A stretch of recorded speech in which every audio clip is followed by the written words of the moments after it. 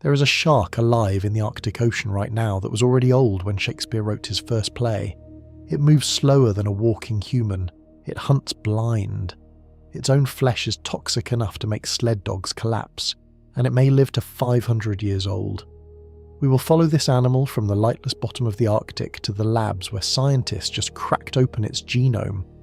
We will find out what polar bears are doing inside its stomach, and why its body holds the key to human aging. If you enjoy what we do here, a like and a subscribe keeps this channel alive.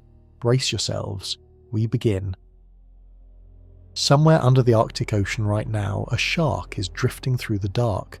Slowly, almost impossibly slowly. It has been drifting for a very long time. Scientists believe there are Greenland sharks alive today that were born before the Mayflower ever left England, before Galileo proved the Earth orbits the Sun, before the Pilgrims landed. That shark is still out there, still hunting, still breathing, and it has no idea it has outlived every nation on Earth. The Greenland shark holds an official scientific title. It is the longest-lived vertebrate ever confirmed on the planet. A vertebrate is any animal with a backbone. Fish, birds, mammals, humans, every single one of them dies younger than this shark. The bowhead whale was the previous record holder at around 200 years. The Greenland shark smashed that record by centuries. The confirmed range, based on scientific study, is somewhere between 272 and 512 years for a single individual. The most likely age for the oldest one alive today sits around 400 years. That number should make your brain stop for a second. 400 years. Columbus reached America only 500 years ago. So how did scientists even figure this out? They could not just cut it open and count rings like a tree. The Greenland shark has soft bones that leave no countable layers. Its fins carry no records. Its spine holds no clues, but its eyes do. Inside the lens of every Greenland shark eye sits a tiny core of protein. That protein forms before the shark is even born. It never changes. It never gets replaced. It just sits there, locked inside the eye like a fossil sealed in amber, holding a chemical fingerprint from the exact moment the shark entered the world. Scientists measure how much of a rare form of carbon is locked inside that protein. Carbon-14, a mildly radioactive form, decays at a known rate. The amount left tells scientists when the protein formed, which is when the shark was born. A Danish research team spent years collecting data from Greenland sharks caught accidentally in fishing nets. They examined dozens of them. The largest shark in the group was a 5-metre female, about 16 feet long, roughly the size of a school bus's back half. Her eye protein placed her birth date at somewhere between the year 1500 and the year 1700. She may have been alive when Rembrandt was painting. The team published their findings in the journal Science in 2016. The science world collectively lost its mind. Researchers who had spent careers studying long-lived animals stared at the numbers and ran the calibrations again. The result held every time. The shark was not an exception to the rules of biology. It had found a way to play by entirely different rules. It grows at less than half an inch per year. Its heart beats slower than almost any fish ever measured. It moves at a walking pace at its fastest. Its entire biological strategy is calibrated to last, to burn so little, consume so slowly, and repair itself so efficiently that time barely touches it. But here is what nobody was asking yet. If this shark lives 400 years, what is it doing during all that time? It cannot see. It barely moves, and it still somehow manages to eat polar bears. That part comes next. For decades, scientists called the Greenland shark basically blind. They had good reason to. Look at almost any Greenland shark photo, and the first thing you notice is the eyes. Small, cloudy, and often dragging a long pale worm behind them. That worm is not a decoration. It is a parasite. A creature that has burrowed into the shark's eyeball and decided to live there permanently. Scientists watched it scar the surface of the eye, eat through the outer layer of the cornea, and sit there trailing behind the shark as it swims through the dark. In many sharks, both eyes are hit. In severe cases, the parasite completely destroys the lens. So for a long time, the assumption was simple. This animal cannot see anything meaningful. It lives in water so dark that even perfect eyesight would be useless. And with worms eating its corneas, any light it could detect would be a blur at best. Then, in January of 2026, a team of researchers published a paper that upended that entire picture. The scientists collected eyes from 10 Greenland sharks caught off the coast of western Greenland. These sharks ranged in age from about 100 to 134 years old. The team ran detailed exams on every part of the eye: the retina, the light-sensitive cells, the tissue behind the lens. What they found stopped them cold. Zero degeneration. After more than a century of life in near-total darkness, with parasites attached to their corneas, the light-sensitive tissue inside these shark eyes showed no signs of breaking down. The cells were intact. The eye was still working. There was one major difference from human eyes. The Greenland shark has only one type of light receptor in its eye. Humans have two types, one for colour and bright light, one for low light and dim conditions. The Greenland shark has only the second kind. It sees no colour. Its world is pure black and white. But in an ocean where sunlight barely reaches, black and white is all you need. The team also found something even stranger inside the shark's DNA. The genes responsible for fixing damaged eye cells were running at unusually high levels. The shark was actively repairing its own eyes at a rate that science had never seen in a creature this old. The very same genetic machinery keeping the rest of its body intact for centuries was also protecting its vision. The implications go beyond sharks. The researchers noted that understanding how these cells resist a century of darkness, pressure, and parasite damage could open new paths in treating human eye diseases. Conditions like macular degeneration, where the light-sensitive tissue in a human eye slowly breaks down over decades, might respond to treatments inspired by the Greenland shark's repair system. A 400-year-old shark with functional eyes in pitch darkness could someday help an 80-year-old human keep their vision. So the shark is not blind in the way that scientists assumed. The parasites damage the outer layer of the eye. They do not reach the deeper tissue. The shark can detect light and movement. In water that dark, that is enough to hunt. Which raises a scarier question.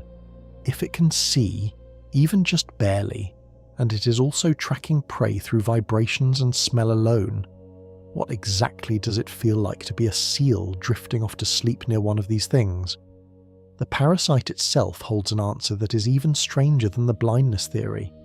The creature attached to the Greenland shark's eye is not a worm. It only looks like one. It is a copepod, a tiny crustacean, related distantly to crabs and shrimp but reduced by millions of years of parasitic life into something barely recognizable. The species is called Omatocoita elongata.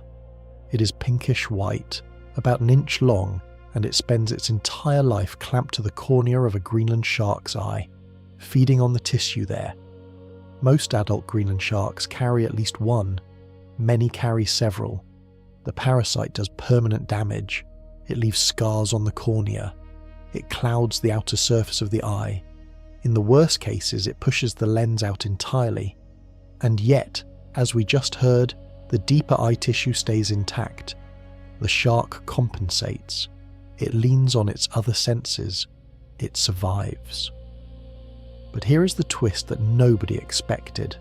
Some researchers have raised the possibility, still unconfirmed but seriously discussed, that this parasite does not just take from the shark, it may give something back.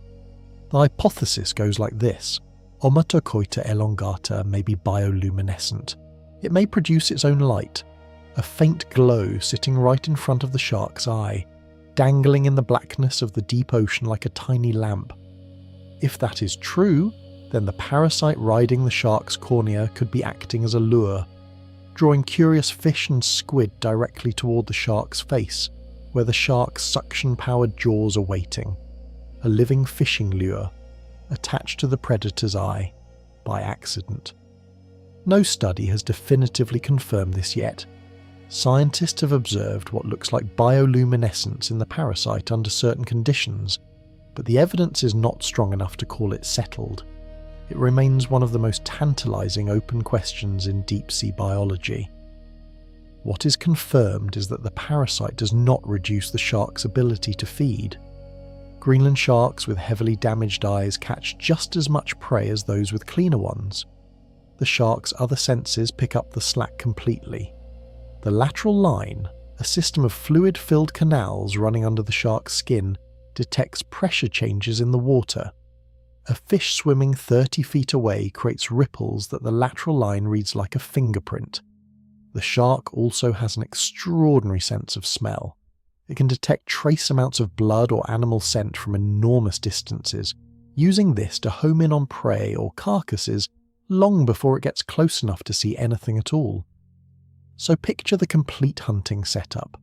A 400-year-old shark drifts through water so dark that no sunlight reaches it. It is tracking you through vibrations in the water. It is following your scent. It may have a glowing parasite on its eye, drawing attention from any curious creature nearby, and it is moving so slowly that you would never hear it coming. What makes this even stranger is the scale of the shark doing all of this. An adult Greenland shark weighs over 1,000 pounds and stretches to 20 feet. A creature that size moving at a slow walk with a chemical sensor tuned to detect trace blood from miles away. That is a perfectly built ambush machine that evolution spent millions of years refining. The question that has haunted marine biologists for years is how a creature that's slow ever actually catches anything alive. The seals have the answer. You walk at roughly 3 miles per hour. On a slow day, maybe 2. The Greenland shark cruises at about 1 mile per hour. Its top speed, maximum effort, fully committed, barely hits 1.5 miles per hour. A harbour seal swims at about 15 miles per hour. A harp seal hits 25 in a full sprint. On paper, a Greenland shark chasing a seal is like a bicycle chasing a sports car. The math does not work, and yet scientists keep finding whole, fresh seals inside Greenland shark stomachs. Intact, minimally damaged, eaten recently. Which means the shark is not just scavenging old carcasses, it is somehow catching live prey that could outswim it by a factor of 15. For years, this was an open mystery in shark biology. The speed gap was simply too large to explain through any normal kind of chase. Then researchers started piecing together a picture from multiple angles. Tagged sharks, stomach contents, behaviour studies, prey observations. All of it started pointing toward one answer. The shark does not chase seals. It waits for them to stop moving. Seals sleep. They have to. Like humans, seals need real sleep. Not just rest, but actual unconscious sleep cycles. In cold Arctic and North Atlantic waters, seals often do this underwater, tucked close to the bottom, floating motionless for minutes at a time. Their muscles relax, their reactions slow, and in the darkness of cold, deep water, a slow drifting grey shape blends into the background perfectly. The Greenland shark is built for exactly this scenario. Its slow cruising speed burns almost no energy. It can patrol the same area for hours without getting tired.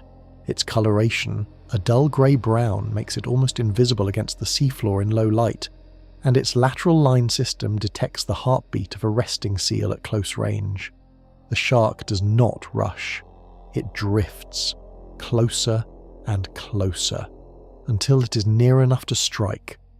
Then it opens its jaw and uses a trick called suction feeding, a sudden powerful intake that pulls prey straight in. Its lower jaw drops. Water rushes into the mouth. Anything in the path of that current gets carried in with it.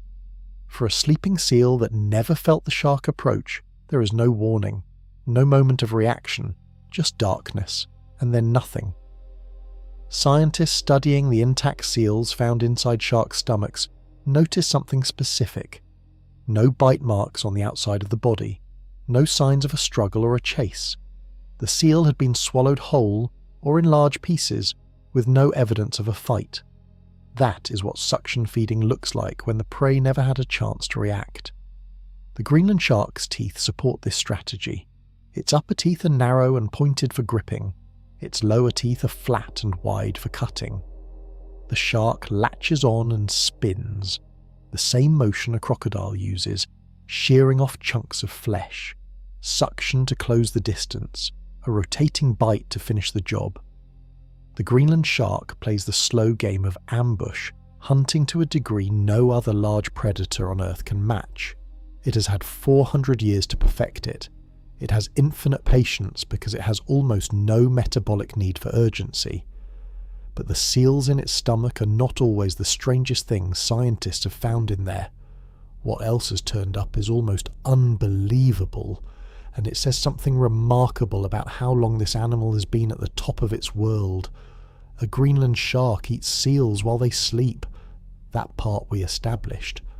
But a team of researchers once cut open a Greenland shark and found a polar bear inside. Let that context land. A polar bear is the largest land predator on Earth. Full-grown males weigh up to 1,500 pounds. They are powerful enough to kill a beluga whale with a single swipe, and one ended up inside a Greenland shark. Alongside polar bears, researchers have documented the remains of moose, reindeer, and horses inside Greenland shark stomachs.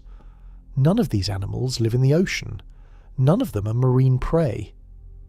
The most widely accepted explanation is that these sharks are scavengers as much as hunters, that a moose that drowned in a river or a reindeer that fell through ice became a floating meal, eventually sinking to depth where the shark found it. That scavenging role is enormously important to the Arctic ecosystem in ways that often go unnoticed. The deep Arctic seafloor is not a rich environment. Food is scarce. When a large animal dies and sinks, it becomes a source of nutrients for an entire community of creatures. The Greenland shark is often the first large predator to arrive.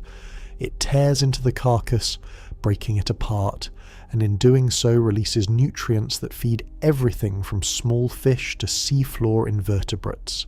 It functions like an underwater vulture, keeping the system clean and cycling energy through the food web. But back to the living prey for a moment, because the strategy for catching sleeping seals raises a genuinely unsettling question about how the shark finds them in the first place. Seals typically sleep near the surface or on ice. They do not live on the seafloor. So how does a shark cruising at great depth end up positioned beneath a sleeping seal at the exact right moment? Tagged sharks tracked by scientists showed a pattern. At certain hours, particularly during the night when seals are most likely to be resting near shallow water, the Greenland shark moves up. It rises from its deep water patrol into shallower zones, 60 feet, 40 feet, sometimes closer to 30 feet from the surface. Then before dawn it descends again. The timing matches seal sleep cycles almost perfectly. Whether this is intentional behaviour or just a regular migration that happens to coincide with opportunity is still debated. But the result is the same. A sleeping seal in shallow Arctic water at night is sharing space with a predator that has essentially no speed, no colour vision, no reliable outer eyesight, and still manages to make the kill. One of the most extreme examples came from a tracking study in the St. Lawrence River in Canada. A tagged Greenland shark was rising to within 30 feet of the surface between 4 in the afternoon and 5 in the morning, right where juvenile seals sleep. The researchers noted that if anyone was swimming in that area during those hours, the shark was sharing the water with them too. Nobody was bitten. The Greenland shark has almost no documented history of attacking humans. It is simply too slow and too deep and too disinterested. But the numbers were close enough to make the scientists pause. What makes this animal even stranger is not how it hunts. It is what it is made of. Because the same chemicals keeping it alive in sub-zero water are also making it quietly toxic to everything that tries to eat it. Here is the core problem with living in the deep Arctic. The water down there hovers right around the freezing point. In some places, it goes slightly below zero. At those temperatures, the proteins inside a living cell start to fall apart. Enzymes stop working, muscles stop contracting, the chemistry of life breaks down. Every animal that lives in those conditions needs a solution. The Greenland shark has two of them, and together they create one of the strangest biological packages in the ocean. The first chemical is urea. Most animals produce urea as waste. It is what gets flushed out in urine. The Greenland shark deliberately keeps enormous amounts of it inside its own tissues at all times. The urea raises the concentration of dissolved materials in the shark's body fluids, which lowers the freezing point below what the surrounding seawater can reach. It works exactly like the antifreeze you put in a car's cooling system. The cells stay liquid and functional even when the surrounding water is barely above ice. Without this, the shark's proteins would crystallize and collapse in minutes at those temperatures. The second chemical is trimethylamine oxide, called TMAO. Urea, in high concentrations, actually starts to damage proteins on its own, the very thing the shark was trying to prevent. TMAO counteracts that damage. It stabilizes the proteins that urea would otherwise destroy. The two chemicals work together in a perfect chemical balance that keeps the shark's body functioning at temperatures that would shut down most other animals entirely. This system also explains why the Greenland shark can survive at depths where extreme water pressure would be another serious problem. TMAO stabilizes proteins against deep water pressure, not just cold. The deeper the shark dives, and it regularly reaches depths of over 7,000 feet, about 1.5 miles down, the more useful the chemical becomes. The same compound that protects against cold also protects against pressure. One chemical solution for two separate threats. The catch is that this precise chemical system makes the shark's flesh poisonous to eat. When a mammal, a dog, a human, a fox, eats untreated Greenland shark meat, the TMAO breaks down during digestion into a compound called trimethylamine. Trimethylamine acts like a neurotoxin. The effects resemble extreme intoxication, staggering, confusion, inability to control movement. In dogs, it causes complete loss of coordination. Several accounts from Arctic communities describe sled dogs that ate Greenland shark flesh and were unable to stand for hours afterward. In humans, eating raw or improperly prepared Greenland shark causes vomiting, dizziness, convulsions, and a state that observers have compared to being severely drunk.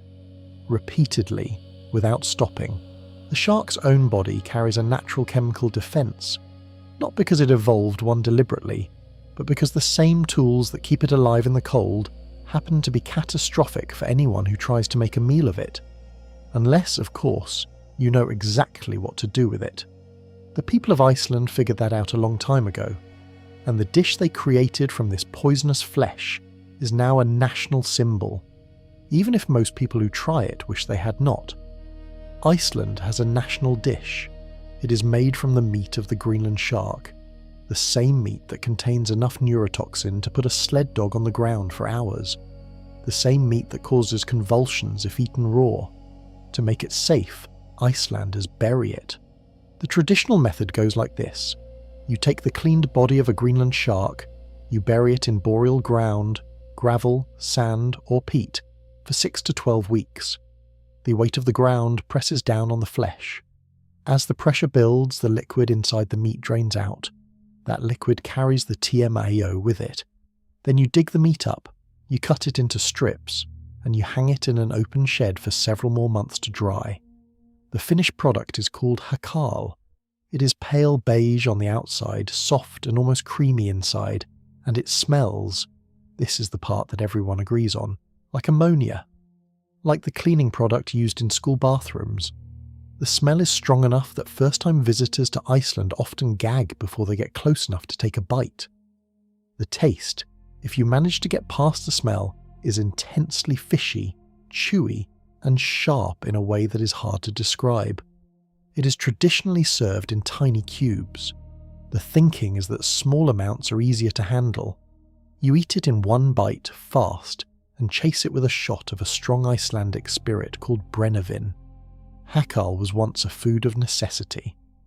In a land with few other sources of large protein during winter, the Greenland shark represented calories that could be processed and stored. Icelanders developed this fermentation method over centuries, learning through trial and error exactly how long to bury and dry the meat before it became safe. That knowledge saved lives. Eating it fresh would have done the opposite. Today, hakal is mostly a cultural experience rather than a daily meal. It comes in two varieties. The belly meat is chewy and reddish, known for the most intense flavour. The meat from the body is pale white, softer and slightly milder, though milder is doing a lot of work in that sentence. Both are traditionally eaten in small cubes, usually served on toothpicks. The idea is that a smaller cube means less time for the smell to reach you before you commit.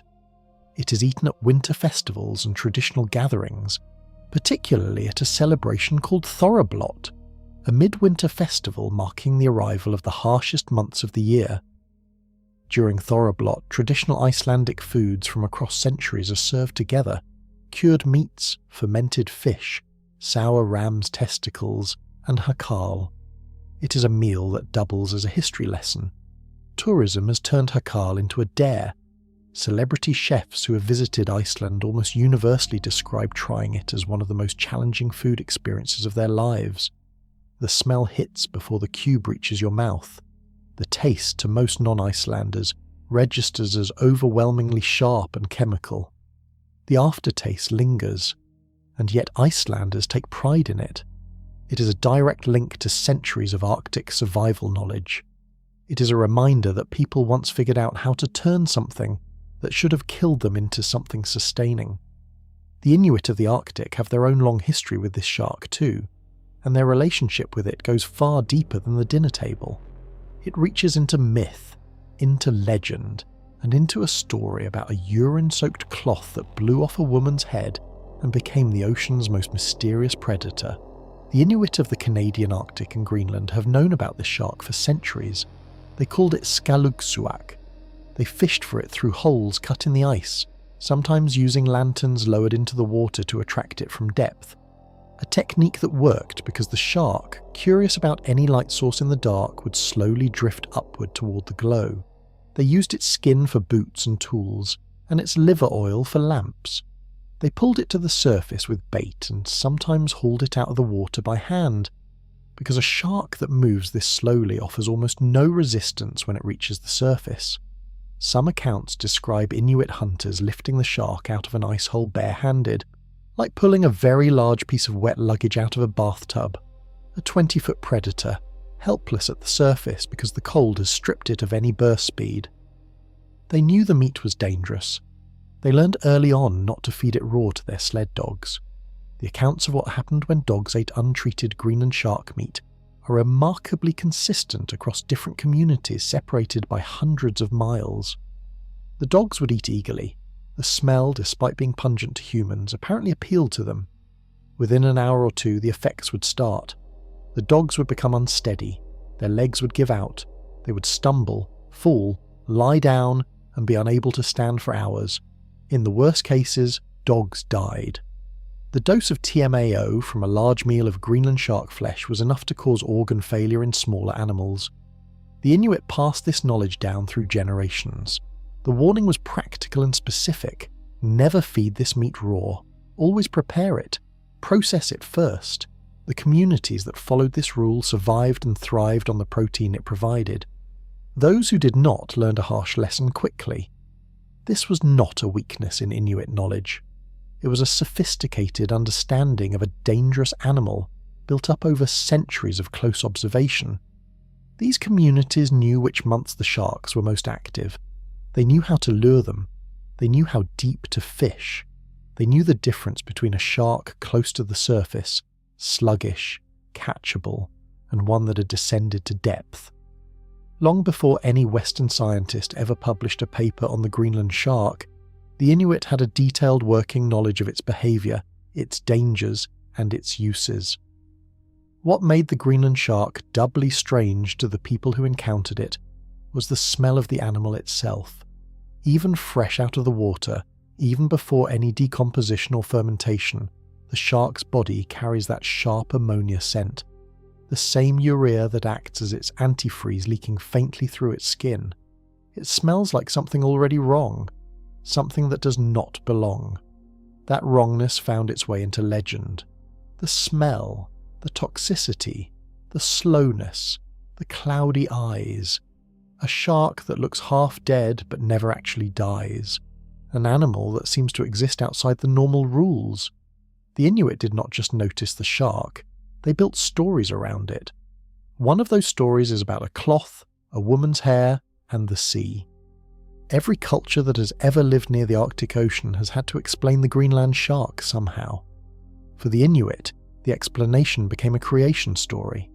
The legend of Skalugsuaq begins with an old woman. In traditional Inuit communities, washing your hair with urine was a practical method. Urine contains ammonia, which kills parasites and cleans grease out of hair. The old woman in the legend washed her hair this way, then dried it with a cloth. The cloth blew off her head. The wind carried it out over the ocean. It hit the water and sank.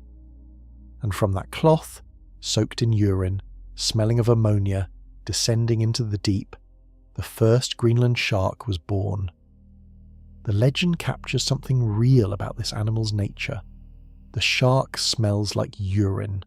Its flesh causes intoxication. It comes from depths that feel unreachable. The story made sense of all of it in a single image. Something dirty and discarded transformed into a creature that outlives everything. A second legend connects the shark to Sedna, the Inuit goddess of the sea. In some versions of Sedna's story, the goddess lives in the ocean's depths. The Greenland shark lives within her home, in her dwelling, near her chamber pot, which explains both the shark's urine smell and its connection to the deep. In some communities, the Greenland shark was considered a helping spirit for shamans. Contact with it, or knowledge of it, was seen as a form of spiritual power. The Igloolik Inuit, living on an island in what is now northern Canada, specifically described the shark as living inside the urine pot of Sedna. Its scent was not a flaw. It was sacred contamination, a mark of the goddess herself. These legends are not superstition sitting separate from science. They are accurate observation translated into story. The Inuit noticed the shark's smell, its toxicity, its apparent immunity to death, its connection to the deepest water, its presence near the bodies of things that drowned. They built a mythology that matched what they saw, and they were right about the most important thing. This animal is ancient. This animal does not die easily. This animal is connected to the deep in a way that nothing else is. Some researchers who study Greenland shark legends have pointed out that the stories also contain a practical warning system.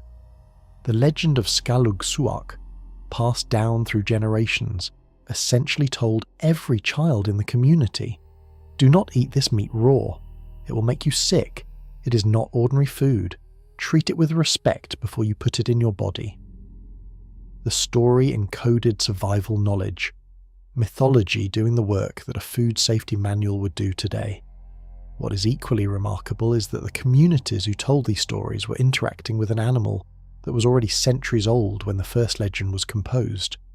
The Greenland shark swimming below the ice when an Inuit elder first told the story of Skalugsuaq may still be alive right now, somewhere in the deep Arctic.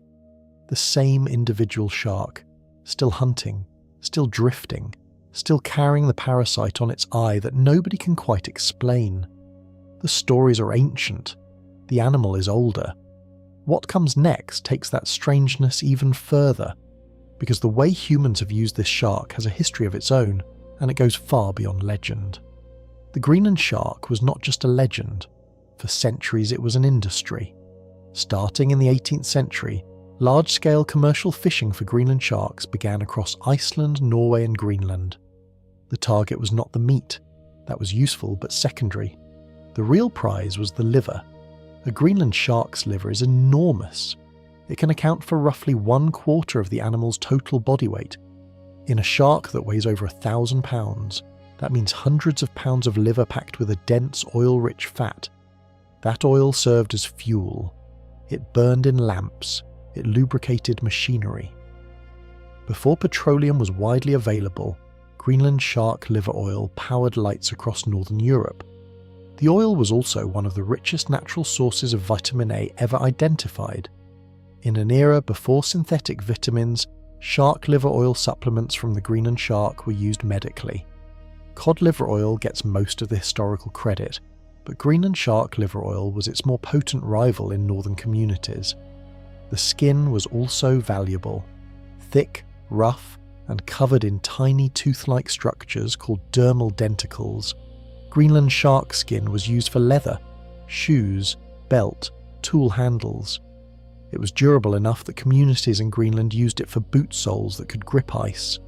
The fishery operated through ice holes in winter. Hunters would cut through the sea ice, lower bait on a line, usually seal entrails, and wait.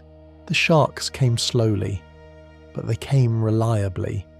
Their sense of smell would lock onto the bait from a great distance, and they would drift toward it with the patience that defined everything about them. Once at the surface, a shark that size presented almost no danger. It did not fight, it did not thrash, it simply floated, too slow and too cold to resist, and was hauled out. The Greenland shark fishery in Iceland alone peaked in the middle of the 20th century, with hundreds of sharks caught each season. The industry there finally ended in the 1960s, not because of conservation concern, but because petroleum made shark liver oil unnecessary, and synthetic vitamin A replaced the natural product. The problem that nobody recognised at the time was enormous. Every shark pulled from the water in that fishery might have been 200 years old. Some of them might have been 300. Each one removed from the population represented centuries of growth and development, and each one needed up to 150 years to be replaced by a reproducing adult.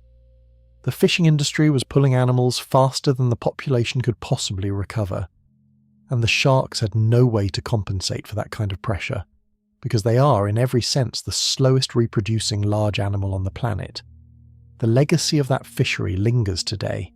Greenland sharks are still caught, not targeted mostly, but dragged up in nets meant for other species.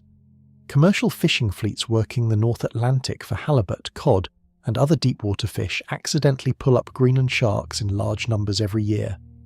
Global estimates put the accidental catch at least 3,500 sharks per year across all fisheries.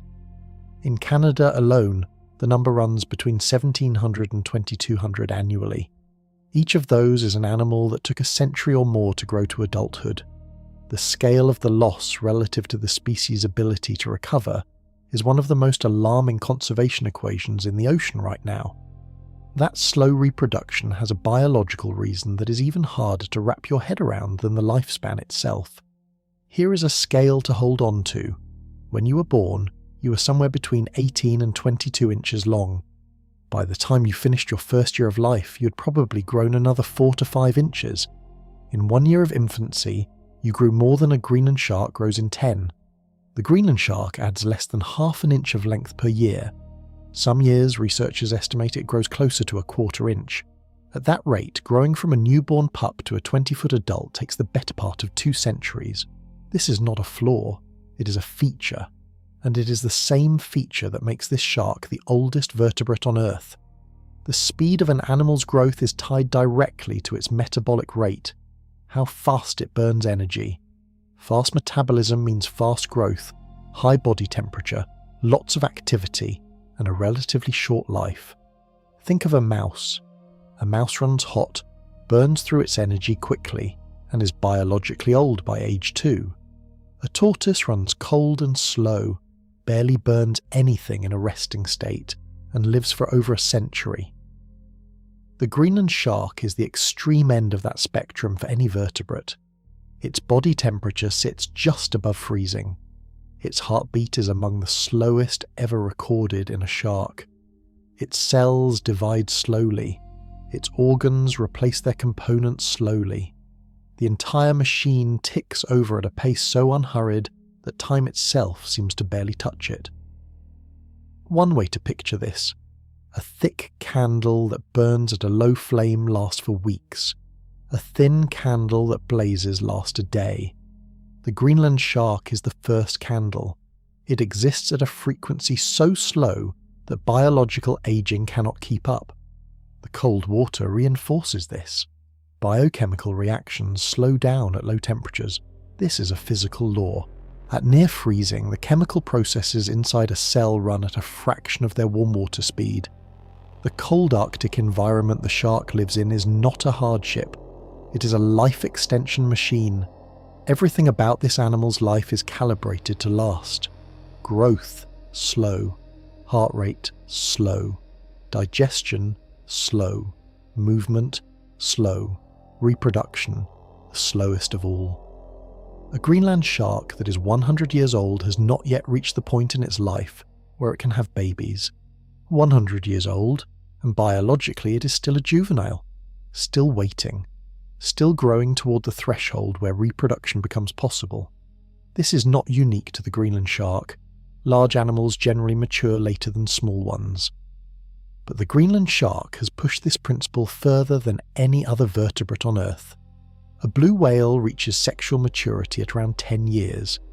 A bowhead whale, the previous record holder for vertebrate lifespan, reaches maturity at around 25 years. The Greenland shark waits 150. That is not a slight extension of the pattern. That is a completely different category. What is particularly strange is how normal the shark appears during those first 150 years. It hunts, it eats, it moves through the ocean, it grows. It just grows and hunts and exists at its glacial pace for a century and a half before its body decides it is ready to reproduce. How long does it have to wait? And what does it mean for a species when every single individual has to survive for a century and a half before it can pass its genes on? That answer goes somewhere nobody expected. Take the oldest person alive on Earth today. As of the mid-2000s, the verified record for the oldest human ever to live is 122 years. That person was born in 1875. She lived through 2 world wars, the invention of the car, the airplane, the television, the internet. 122 years of continuous human history, packed into a single life. The Greenland shark reaches sexual maturity at around 150 years old. That means every Greenland shark alive today spent a century and a half growing toward adulthood before it could reproduce for the first time. The shark alive right now that is 400 years old gave birth to its first litter of pups sometime around the year 1670. The American Revolution had not happened yet. The United States did not exist. Female Greenland sharks reach maturity when they hit roughly 14 feet in length. Males mature earlier, at about 9 feet. The gap between male and female maturity is significant. It means the female spends decades more in that juvenile state before she can reproduce. Once she does reproduce, the gestation period, the time the pups develop inside her before being born, is estimated at 8 to 18 years. 8 to 18 years of carrying young before giving birth, longer than any other shark, longer than any other vertebrate that scientists have studied. The litter size is small, between 2 and 10 pups per pregnancy. In a species where each pregnancy takes up to 18 years to complete, and where the mother needs 150 years just to get ready for the first one, the math of population growth is almost impossibly fragile. To put it in school terms, imagine a school where every student has to study for 150 years before graduating, where homework assignments take a decade each, and where the graduating class produces no more than 10 students every 18 years. If one semester goes wrong, if one graduating class gets wiped out, the school does not recover quickly. It does not recover in a century. It barely recovers in 2. This is the biological reality of Greenland shark reproduction. It is the slowest reproductive timeline of any known vertebrate. Scientists studying population dynamics describe the Greenland shark as having extremely low productivity, meaning any pressure on the population, any removal of individuals takes an enormous amount of time to correct. A species that needs 150 years to produce the next generation of reproductive adults cannot bounce back from sustained pressure the way a fish that matures in 3 years can. Every individual lost is not just one animal. It is centuries of investment that the population cannot quickly replace. Nobody knows exactly how many Greenland sharks are alive in the ocean right now. The species is too spread out, too deep, and too rarely encountered for a reliable count. What scientists do know is that the population cannot absorb serious ongoing losses without long-term decline. This matters for one very specific reason. Humans have been fishing them, accidentally and intentionally, for centuries, and the damage done long before anyone understood this biology may take centuries to repair. But before we get to what threatens this species, let us get to what makes its existence so stunning. Because there is a Greenland shark alive right now that was born during a very specific moment in history, and what that means is stranger than any documentary has captured. Picture a newborn Greenland shark, small, maybe 18 inches long, drifting in cold, dark water somewhere in the North Atlantic. Its eyes already clouding slightly with the first signs of the parasites that will live there for centuries. Its body packed with the antifreeze chemistry that will keep it alive in sub-zero water for the rest of its life. What year was it? Based on the best current estimates, the oldest Greenland sharks alive today were probably born sometime between 1600 and 1650. Give or take a few decades. Here is what was happening on land in 1620. The Mayflower was crossing the Atlantic carrying the Pilgrims to Plymouth Rock. William Shakespeare had been dead for 4 years. The telescope had only been invented 11 years earlier. Galileo was still alive and had not yet been put under house arrest for claiming the Earth moved around the Sun. The 30 Years' War was raging across Europe. The first enslaved Africans had just arrived in what would become the United States the previous year. That shark was a pup, 18 inches long, drifting. When the colonies along the American coast declared independence in 1776, that shark was about 150 years old, just reaching the age where it might reproduce for the first time. It had outlived every single person who signed the Declaration of Independence before any of them was born. When the Civil War ended in 1865, it was around 240 years old, still in the prime of its life, still hunting, still circling the same cold waters it had always known. When the first airplane flew in 1903, it was approximately 280 years old. When humans landed on the moon in 1969, it was around 350 years old. When the internet was invented, it was already older than the United States. When you were born, it was somewhere past 370 years old. And it is alive right now, somewhere in water so cold and dark that no human being has ever been there. That shark has witnessed more of Earth's history than any other living animal on the planet. It does not know this. It does not care. It just keeps drifting through water that has barely changed in temperature since the day it was born. During all of those centuries, every human civilization that rose and fell, every war that reshaped continents, every invention that changed daily life, the shark experienced none of it. Its world stayed the same, dark, cold, quiet. The pressure of deep water pressing in from all sides, the faint signals of prey drifting through the water somewhere above. This is a confirmed scientific fact backed by radiocarbon dating of eye lens proteins. The question that scientists kept asking was how to be sure. Carbon dating is accurate, but it carries uncertainty ranges. The 5-meter female measured in the 2016 study was estimated at somewhere between 272 and 512 years old. That is a massive window. So how did scientists close that window enough to be confident? The answer involves a nuclear weapon test, and the specific chemical fingerprint it left in every ocean on Earth. In the 1950s and early 1960s, dozens of nuclear bomb tests were conducted above ground around the world. Those explosions released enormous amounts of carbon-14 into the atmosphere, the same mildly radioactive form of carbon that scientists use to date ancient materials. Carbon-14 gets absorbed by living things through the food chain. When nuclear testing flooded the atmosphere with it, every living organism on Earth started absorbing it at unusually high levels. The ocean absorbed it too. Scientists call this pulse of elevated carbon the bomb peak. It is a chemical signature locked into the tissue of any creature that was alive and growing during those years, roughly 1950 to 1965. This gave Greenland shark researchers a remarkable tool. Here is how the eye lens works. The lens of a Greenland shark forms before the shark is even born. In the very centre of the lens sits a tiny core of protein, the original material laid down during development. That core never changes. It never gets replaced or repaired. It is permanent. As the shark ages, new protein layers accumulate around that core, like tree rings around a centre. Each layer reflects the ocean chemistry at the time it formed, including the level of carbon-14 in the water at that moment.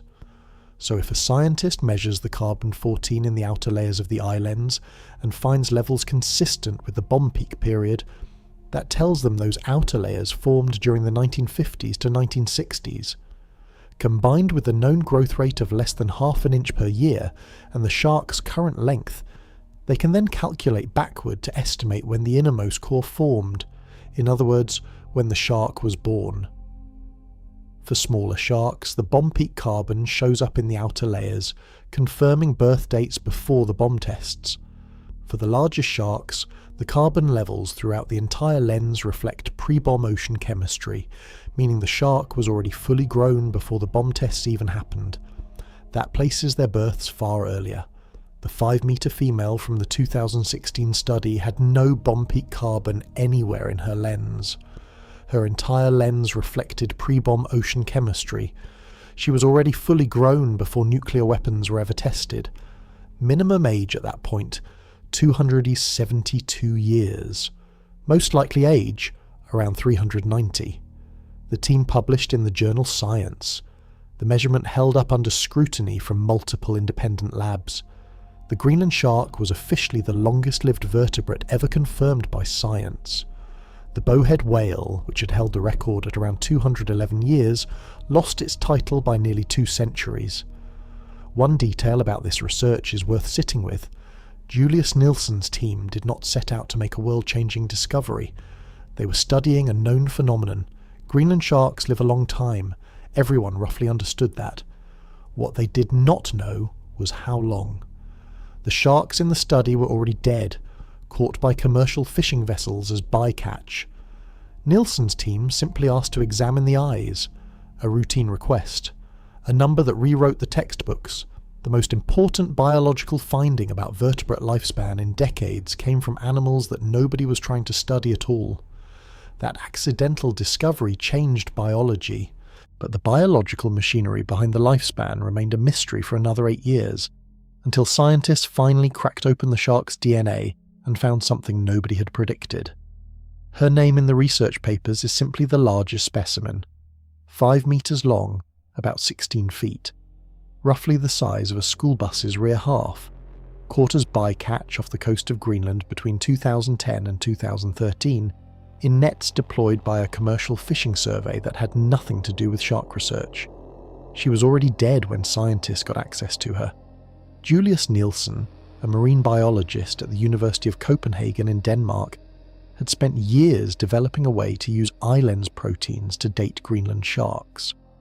The method was precise but painstaking, removing the lens, isolating the protein core, extracting enough material for carbon analysis, then running the radiocarbon measurement and cross-referencing it against the bomb peak calibration curve. When the result came back for the 5-meter female, the number sat at approximately 392 years, with an uncertainty range of 120 years in either direction. The minimum was 272 years, the maximum was 512. The centre point, the most statistically likely answer, was right around 390 years. She was born, best estimate, somewhere around the year 1620. Nielsen's team published the paper in August of 2016. The scientific community reacted with a combination of awe and slight disbelief, not because anyone doubted the method, but because the number was so far beyond any previous record for a vertebrate that it required a moment to recalibrate. The previous record holder, the bowhead whale, topped out at around 211 years. The Greenland shark had beaten that by nearly 2 centuries. More importantly, this was not the maximum lifespan of the species. This was one individual that happened to be caught in a net. The species regularly reaches this age. Sharks longer than 5 meters have been observed, and based on the growth rate of less than half an inch per year, a shark over 20 feet long would place birth dates even further back in time. The study also revealed something about population demographics that alarmed conservation biologists immediately. Of the 28 sharks analysed in the study, the smallest ones, the juveniles, were the youngest. The largest were the oldest. And every single shark below about 13 feet in length appeared to be under the age of 150 years, still pre-reproductive. That means a fishing net pulling in any Greenland shark under 13 feet is pulling in an animal that has not reproduced yet. An animal that spent over a century growing toward adulthood without ever passing its genes on. The study created urgency in the conservation community. But it also opened a deeper question. How does a living cell survive for 400 years without accumulating fatal damage? How does DNA hold together for that long? Every time a cell divides, errors can creep in. Every time a cell is exposed to radiation, toxins, or oxidative stress, the DNA takes small hits. In a human, that accumulated damage over 80 years drives cancer, organ failure, and decline. In the Greenland shark, the same damage should be building up for 400 years, but it apparently is not, or something is fixing it faster than it accumulates. The answer, when scientists finally found it, came from an entirely unexpected direction, from the shark's own genome, which turned out to be twice the size of a human's and packed with something nobody had predicted: backup copies of every repair system the body has. Think about what happens to food in your refrigerator versus on your kitchen counter. On the counter, a piece of fruit rots in a few days. In the fridge, it lasts 2 weeks. The cold does not kill the bacteria causing the rot. It just slows them down. It slows every chemical reaction involved in decomposition. Everything takes longer at lower temperatures. The food ages more slowly because everything happening inside it is running at a reduced speed. The Greenland shark lives in a refrigerator. The water it inhabits sits between -1 and 10 degrees Celsius, between 30 and 50 degrees Fahrenheit. These are temperatures that would bring a human to hypothermia in minutes. For the Greenland shark, this cold is its preferred condition. Its body evolved to function in it, and the cold does for the shark's cells exactly what the refrigerator does for the fruit. It slows everything down. Chemical reactions inside living cells produce waste products and small amounts of damage with every cycle. In a warm-blooded animal running hot, a dog, a human, a bird, that damage accumulates quickly. It is one of the core drivers of aging. In the Greenland shark, every chemical reaction is running at a small fraction of that speed. The same deterioration that ages a human in 30 years might take the shark 300 years to develop. This does not mean cold water alone explains everything. Other cold water species do not live anywhere near as long. A halibut lives in similarly cold water and dies at 50 years at most. An Arctic cod rarely makes it past 20. Cold is necessary for the Greenland shark's lifespan, but it is not sufficient. Something else is also happening inside this animal, something written into its DNA. Size also plays a role.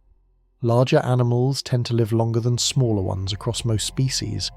An elephant outlives a mouse. A whale outlives a dolphin. The Greenland shark weighs over 1,000 pounds and stretches to 20 feet. That mass requires fewer heartbeats per minute to sustain.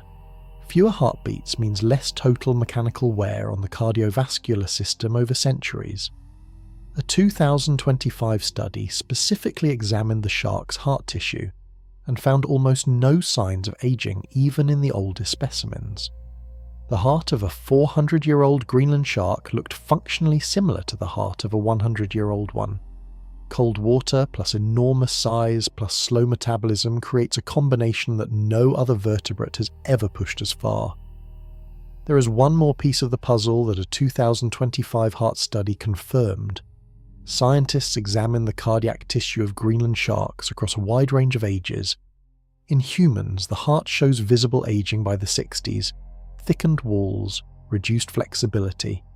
In most animals, the cardiovascular system is one of the first systems to decline.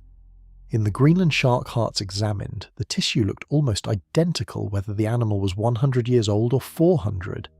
No significant structural changes. The heart of a 4-century-old shark functioned like the heart of something far younger. Cold water plus enormous size plus slow metabolism creates a package that no other vertebrate has ever pushed as far. But the cold and the size are just the environment. The real machinery, the molecular reason all of this works, is inside the genome. And what scientists found there in 2024 stopped every researcher who looked at it. In September of 2024, an international research team published the first detailed map of the Greenland shark's genome. The numbers were immediately striking. A human genome contains roughly 3.2 billion base pairs, the chemical letters that make up our DNA. The Greenland shark genome contains approximately 5.9 billion base pairs, nearly twice as large. And where the average shark genome contains around 20,000 genes, the Greenland shark carries over 22,000. The extra size was not random.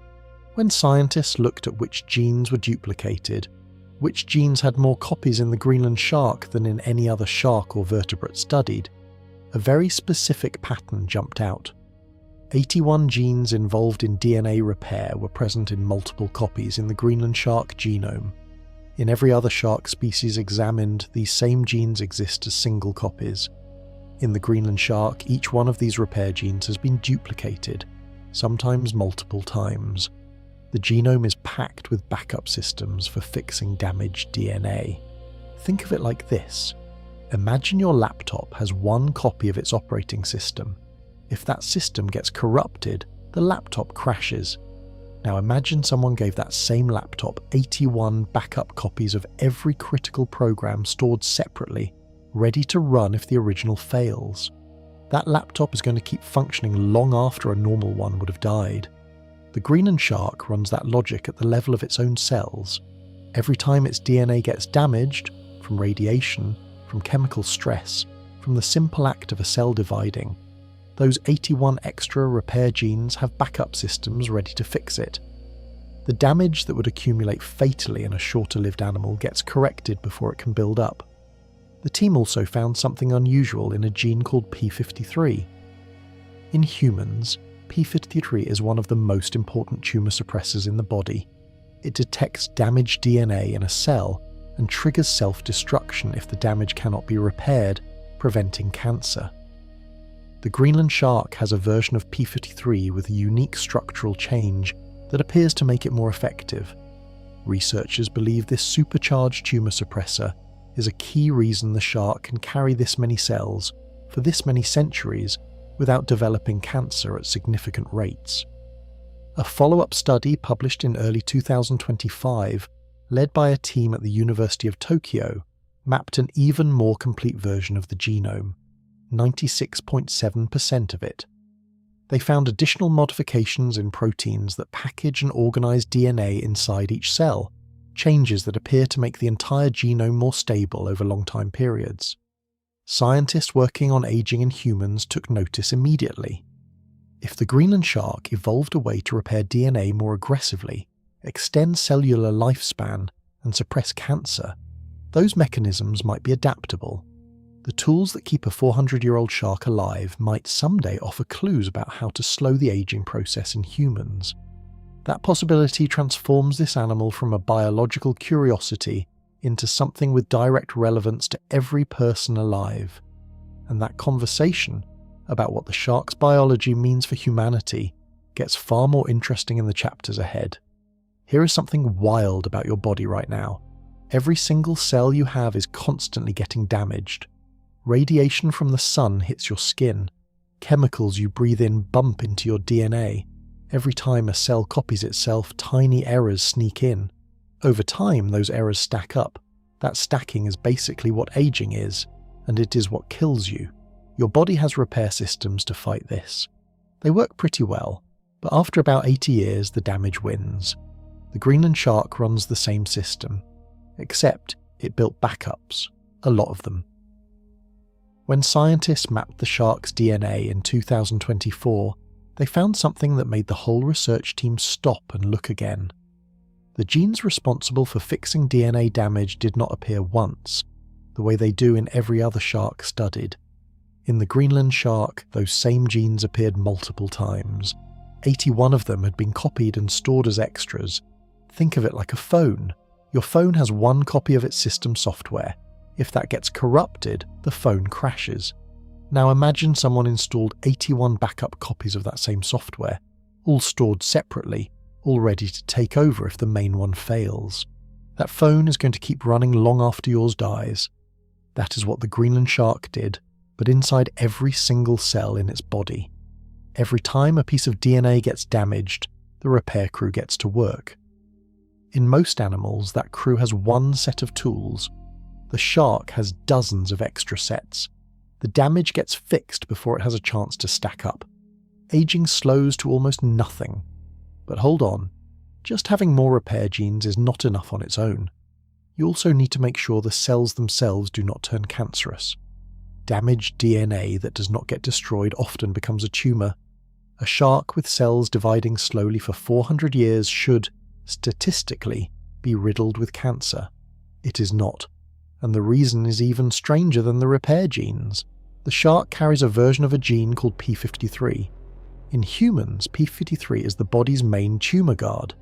When a cell goes wrong, P53 finds it and tells it to self-destruct before it can spread. The Greenland shark has a version of P53 that appears to work better than any other vertebrates. Scientists found a structural change in the protein that makes it more aggressive at identifying damaged cells and eliminating them. 400 years of cell division, 81 backup repair systems, a supercharged tumour destroyer. The shark is not just surviving longer by accident. It built a multi-layered system over millions of years of evolution to make aging almost impossible. Each layer works on its own. Together they make something that is almost unbeatable. And here is the part that actually matters for you. If scientists can understand exactly how each of these systems works, they may be able to adapt them. The same tools keeping a 400-year-old shark alive in the dark might someday help treat cancer or slow aging in humans. The shark living under the ice right now could help a person who has not been born yet live longer. But there is still one more layer of protection scientists found. It lives not in the genes themselves, but in the structure that holds them together. Your DNA is long, really long. If you stretched out all the DNA from a single human cell, it would run about 6 feet. But the cell holding it is microscopic.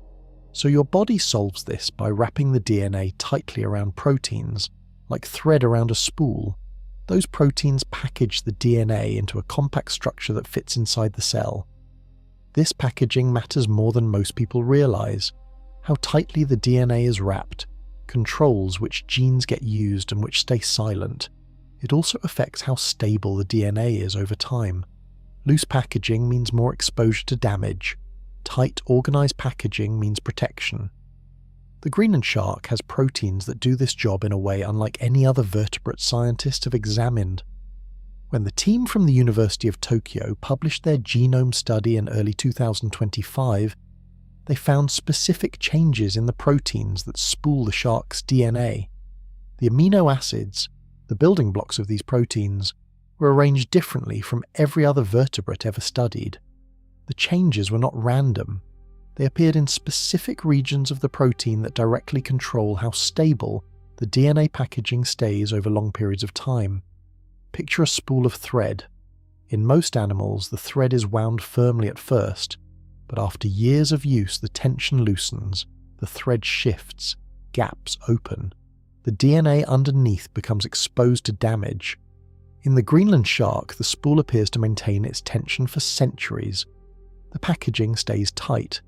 The DNA underneath stays organized and protected in a way that no other vertebrate has been shown to match. This finding surprised the research team. Most scientists working on longevity had focused on repair genes and cancer suppressors. The idea that the physical packaging of DNA, the structural layer that holds everything in place, could be a major driver of lifespan was something the Greenland shark's genome revealed for the first time. This is a relatively new idea in aging research. Scientists had focused heavily on repair genes and tumour suppression, the active systems that fix and eliminate damaged cells. The idea that the physical structure holding the DNA together could be an equally major factor in longevity is something the Greenland shark's genome brought into focus. It added a whole new category to the list of things worth studying. Here is why this matters beyond just being cool. In humans, one of the things that happens as cells age is that this DNA packaging loosens. Genes that should stay silent start getting read by accident. Genes that should be active get shut down. The wrong signals start firing at the wrong times. This contributes to diseases of aging, including certain cancers and neurological conditions. If scientists can understand the exact changes in the shark's packaging proteins and replicate them in human cells, they may be able to slow that process down, keep the spool tight for longer, keep the genes firing correctly well into old age. A 400-year-old shark taught biologists something about human aging that decades of lab work had not revealed. And the deeper scientists look into this animal's biology, the more surprises they keep finding. Because the genome also revealed something unexpected about the immune system, a system that in most animals gradually collapses with age. Pull up a picture of a human heart that has been working for 80 years. Then pull up one from a 20-year-old. The difference is visible. The walls thicken, the tissue stiffens, the chambers lose some of their flexibility. In most mammals, the heart is one of the first organs to show the damage of time. It does not stop working, but it works worse. That gradual decline is one of the biggest reasons humans die. Now imagine that same heart after 400 years. In 2025, a research team published a study specifically focused on the heart tissue of Greenland sharks. They got samples from sharks ranging widely in age. They sliced the tissue thin and examined it under a microscope. They measured wall thickness, flexibility, and the structure of the muscle fibers. The results were hard to believe. A 100-year-old Greenland shark heart looked almost identical to a 400-year-old one. The walls had not thickened the way they do in aging mammals. The muscle fibers were still organized and flexible. The structural changes that mark heart aging in other vertebrates were mostly absent. The Greenland shark's heart is apparently not keeping track of time. Think about what that means in practical terms. A surgeon looking at a heart sample from a 400-year-old Greenland shark would not be able to tell the difference between it and a sample from a much younger animal. The tissue quality holds. The structure stays intact. There is no visible record of 4 centuries of continuous beating written into the wall of the organ itself. In almost every other studied animal, the heart tells the story of its age. Not in this shark. The reason connects back to everything we already covered. Slow metabolism means the heart beats less often. A Greenland shark's resting heart rate is among the slowest ever recorded in a shark. Fewer beats over a lifetime means less mechanical wear. A human heart beats roughly 100,000 times a day. Over 80 years, that adds up to nearly 3 billion beats. The Greenland shark's heart, beating far more slowly across 400 years, might accumulate a similar number of total beats across a much longer period, spreading the wear out so thin it barely registers. The DNA repair systems and the stable packaging proteins protect the heart cells themselves from genetic damage. The slow metabolism reduces the load the heart has to carry. The result is an organ that keeps working across centuries with almost no visible decline. This is not just fascinating biology. Heart disease is the #1 cause of death in humans worldwide. If researchers can identify the specific mechanisms the Greenland shark uses to protect its heart tissue and slow its cellular aging, the medical applications are enormous. The shark is not trying to help anyone. It does not know we exist. It is just drifting through cold, dark water doing what it has always done.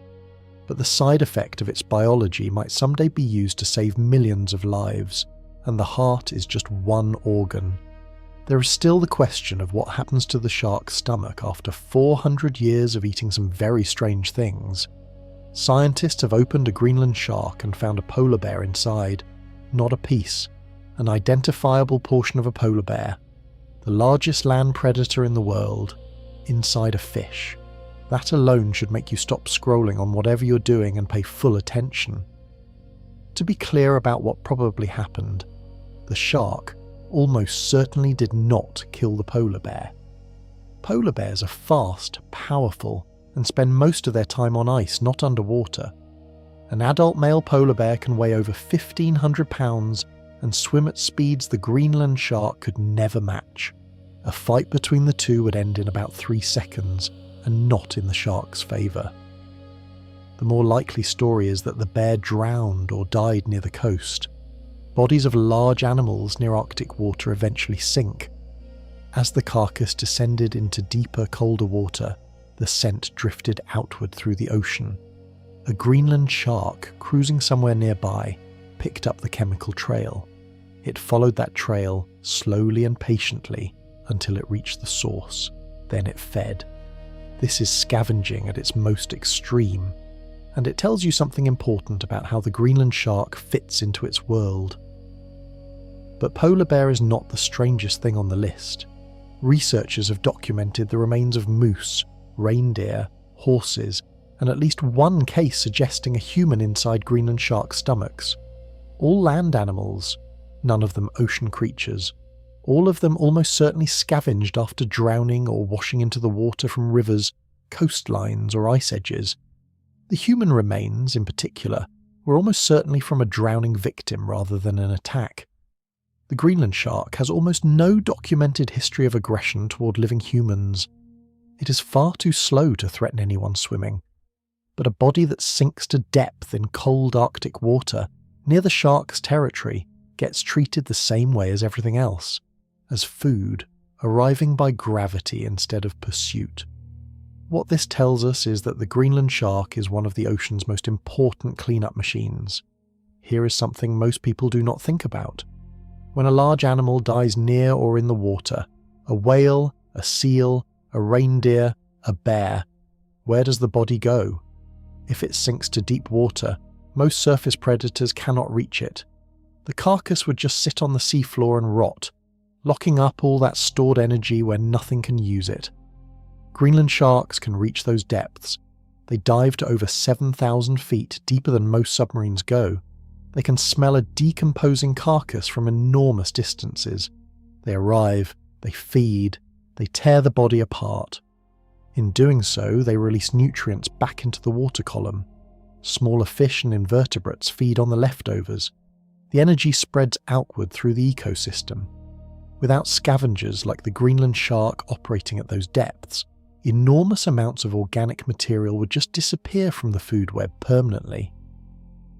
This scavenging role makes the shark ecologically essential in ways that go beyond just being a predator.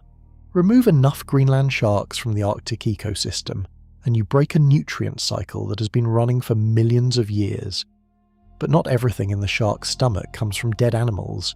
It also actively hunts live prey, and the method it uses to actually swallow something is one of the most unexpected physical abilities in the ocean.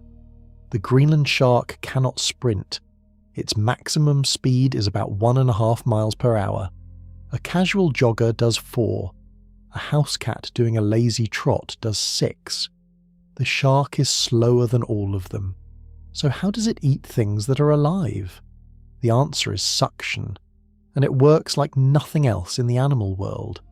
When a Greenland shark gets close enough to prey, it does not lunge forward and bite. It drops its lower jaw downward in a rapid motion. That motion opens a large cavity in the front of its mouth.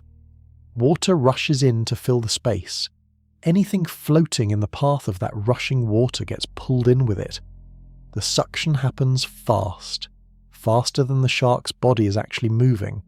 In the moment the jaw drops, a small explosion of inward pressure drags prey into the mouth before it has time to react.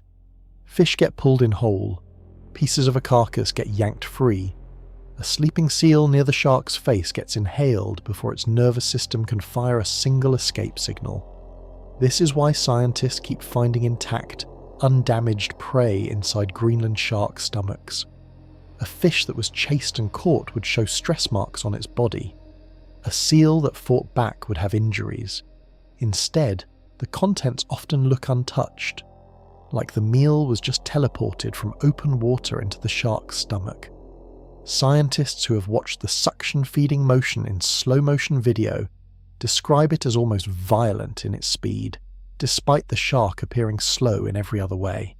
The jaw drops, the water rushes in, the prey disappears, the entire sequence takes less than a second.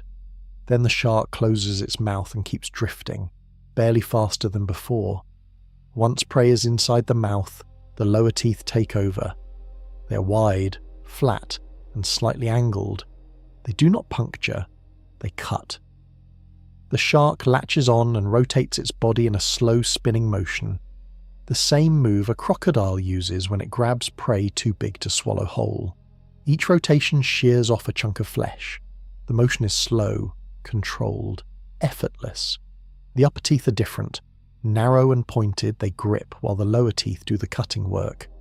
The two rows function like the two parts of a pair of scissors. The shark does not need to be fast. It just needs to get close enough without being noticed. And in dark water, at freezing temperatures, drifting so slowly that it barely disturbs the current, getting close is exactly what the Greenland shark is built to do. Here is the part that should genuinely unsettle you. Scientists tracking Greenland sharks found them rising to within 30 feet of the surface at night. 30 feet. That is about the length of a school bus. They were in the same water column as anything swimming near the surface after dark. Nobody has documented a Greenland shark attacking a human. They are too slow and too disinterested.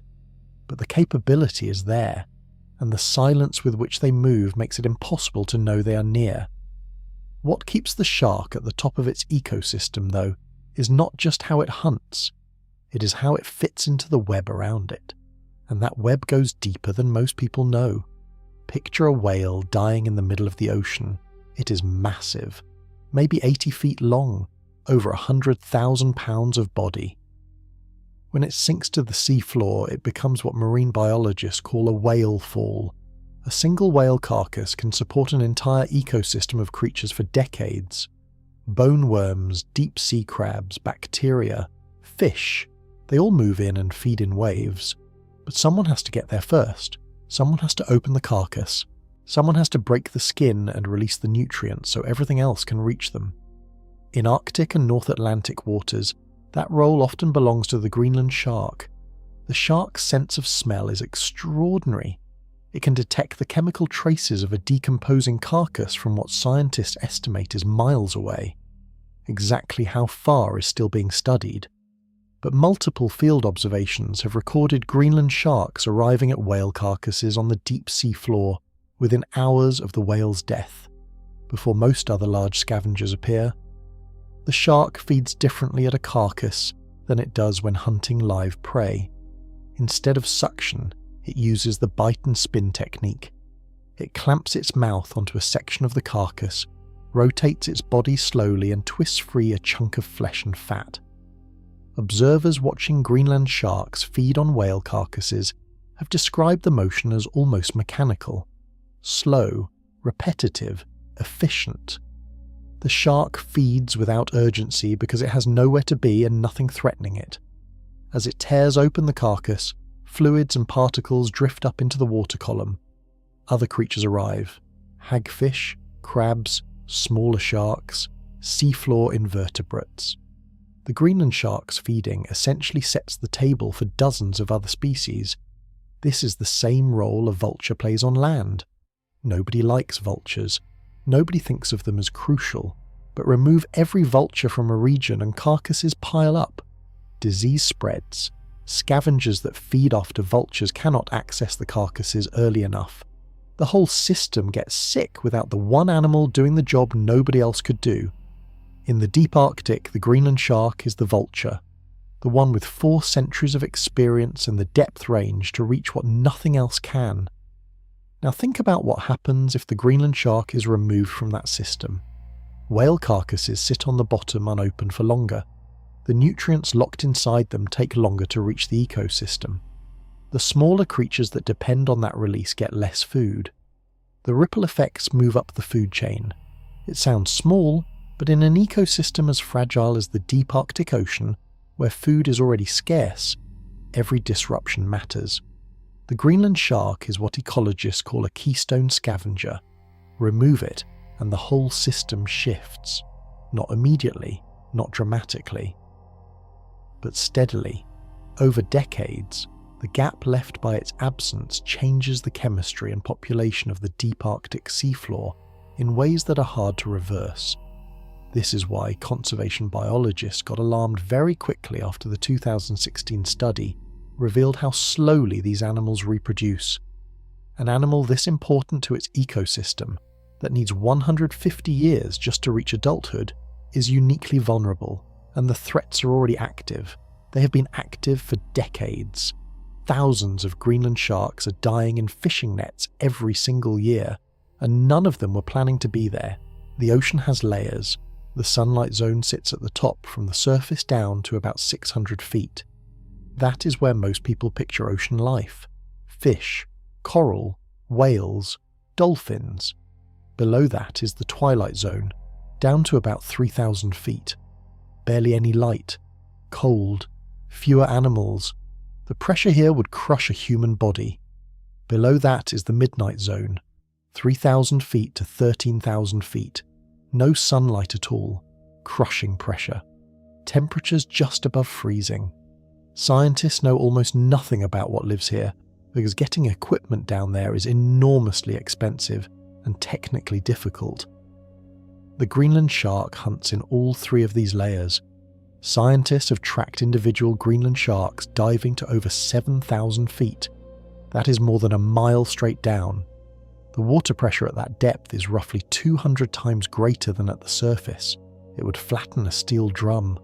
The Greenland shark just keeps swimming. How does it survive that pressure? This is where the TMAO chemical from Chapter 6 matters again.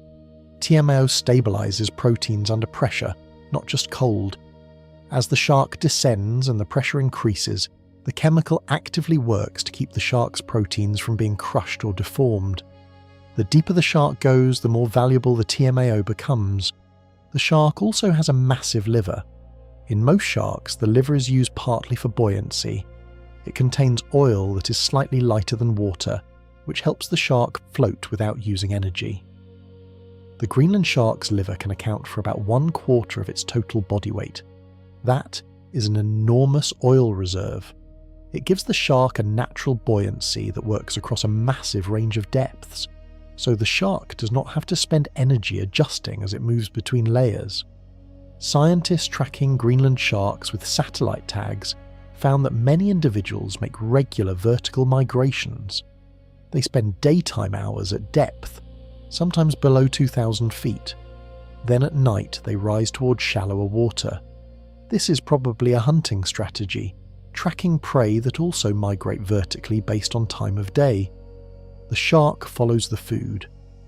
One tagged shark in a Canadian study stayed within about 3 miles of one location for 3 full months, barely moving horizontally at all. It was making vertical trips of hundreds of feet each day, up at night, down during daylight, patient, methodical. Covering the same section of ocean the way a long-haul truck driver covers the same highway stretch, day after day, year after year. What this means practically is that the Greenland shark has access to parts of the ocean that most predators cannot reach. When prey disappears from shallower water, the shark goes deeper. When carcasses sink past the depth where other scavengers can follow, the Greenland shark is already there. That depth range gives it a huge advantage in lean periods. Other predators starve, the shark just adjusts its altitude. The ocean's deep zones are mostly unexplored and poorly understood. Every creature that lives down there is in some sense a window into a world we barely know. The Greenland shark, as one of the largest animals that regularly operates at those depths, is carrying information about that world in its biology. Scientists want that information, and the tools they're using to get it keep revealing things that nobody expected. Close your eyes. Try to imagine hearing something not through your ears, but through your whole body. That is not quite what the Greenland shark experiences, but it is not far off. Running along both sides of the shark's body from its nose to the tip of its tail is a channel filled with fluid. Small pores connect this channel to the open water outside. When something moves in the water nearby, a fish swimming, a seal's heartbeat, the current shifted by a living body. It creates tiny pressure waves that travel through the water and into those pores. The fluid inside the channel moves. Tiny hair-like sensors in the channel walls pick up that movement and send a signal to the shark's brain. This system is called the lateral line. Most fish have some version of it. The Greenland shark's version is developed to an exceptional degree. In clear, well-lit water, a sighted predator uses its eyes as its primary sense for hunting. The lateral line is a backup. In total darkness, at depth, with parasites clouding the cornea, the situation flips. The lateral line becomes the main hunting sense. The eyes become the backup. The Greenland shark can detect the pressure wave created by a fish swimming 30 feet away. It can distinguish between the movement of a living animal and a piece of debris drifting in the current. It can track a moving target through complete darkness, using only the pressure changes it creates. What is strange and slightly unsettling is how precise this becomes over time. Scientists have observed that sharks in general become more efficient hunters as they age, because they accumulate experience with how different prey move and how those movements feel through the lateral line. The Greenland shark has had 400 years to learn. It has felt the pressure signatures of thousands of animals through that fluid channel. It knows, in the way an old fisherman knows the water, where prey will be and how it will move. The shark is not fast. It is not strong in the way a great white is strong.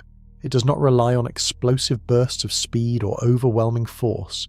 It relies on knowing, on patience, on sensing things that other predators cannot sense, and waiting until the moment is exactly right. Combined with its sense of smell, which can detect trace chemicals in the water from great distances, the shark builds a detailed picture of its environment without needing to see any of it. Think about how strange that is from a human perspective. We rely on sight so completely that losing it feels like losing the world. The Greenland shark runs an entirely different operating system. It reads the ocean through pressure and chemistry. It builds a map out of signals humans cannot even perceive, let alone interpret. The lateral line feeds into a brain that is relatively simple by mammal standards. But simple does not mean limited. It means efficient. The Greenland shark's brain does not spend resources on colour, complex social signals or emotional states. It processes smell, pressure, and movement. That is all it needs.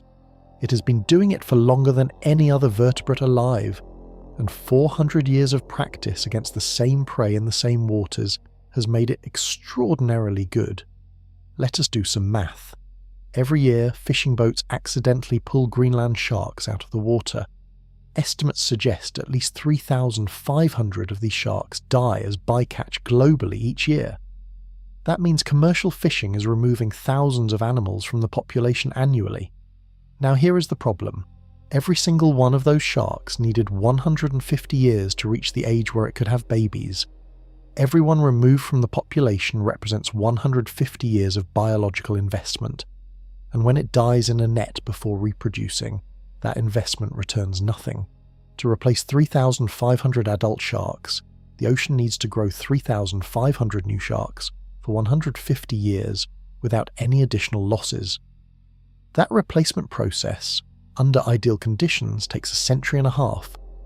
Under the conditions of the modern ocean, where fishing pressure, pollution and climate change are all stressing the ecosystem, it may take significantly longer. To understand how severe this is, compare it to a codfish. A cod reaches reproductive maturity at around 2 to 3 years. If fisheries remove too many cod, the population can start recovering within a few years once the pressure is reduced. The math is forgiving enough that mistakes can be corrected. The Greenland shark's math is brutal. There is almost no margin for error. If the current rate of bycatch is even slightly above the rate at which the population can replace itself, the species is moving toward long-term decline without anyone being able to see it clearly in the short term. Here is an analogy that makes this land. Imagine a savings account that earns $1 per year. You can withdraw $1 per year and the account stays stable. But if you withdraw $2 per year, even just one extra dollar, the account slowly drains, not quickly. The balance drops by $1 per year. In 10 years, you've barely noticed. In 100 years, the account is empty. The Greenland shark population runs on that same narrow margin. Every extra shark removed is $1 too many. This is what conservation biologists call a hidden collapse risk. The population appears stable for decades because the individuals alive are long-lived and do not disappear quickly. But underneath the surface, the number of juveniles that will eventually grow into reproducing adults is quietly shrinking. By the time the problem becomes visible in population surveys, it is already decades old. Canada officially listed the Greenland shark as special concern under its wildlife protection system in May of 2025. The International Union for Conservation of Nature rates it as vulnerable. Organisations that manage North Atlantic fisheries have called for reducing bycatch, though enforcement is difficult across international waters. The same biology that makes this animal extraordinary, the slow growth, the long life, the delayed maturity, is also the thing that makes it fragile. It built its survival strategy around stability, around an environment that stayed the same for millions of years. It never needed to adapt to being pulled out of the water by the thousands, and the fishing pressure is not the only force bearing down on it. The ocean it lives in is changing, and the cold water it depends on to survive is becoming less cold. Here is how bycatch works. A fishing boat sets out to catch halibut. It lowers a long line, a single fishing line that can stretch for miles, with thousands of baited hooks hanging from it. The line sits near the seafloor at depths where halibut live.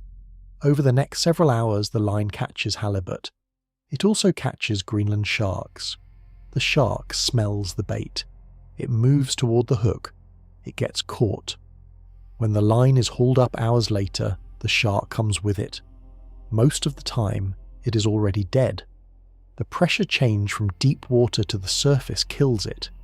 The time spent unable to move, with a hook through its mouth, is lethal. When the fishing crew reaches it, there is nothing to do but cut the line and throw it back. That shark spent potentially 200 years growing to the size it was when it hit that hook. It may not have reproduced a single time yet.